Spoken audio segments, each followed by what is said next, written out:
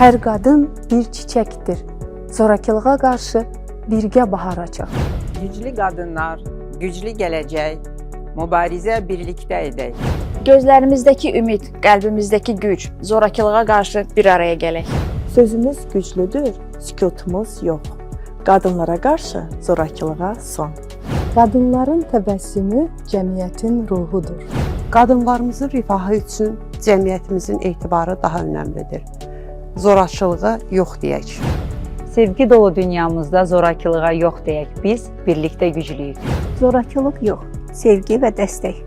Qadınlarımızı qoruyaq və birlikdə ucaldaq. Səsimizi yüksəldək, zorakılığa qarşı bir araya gələk.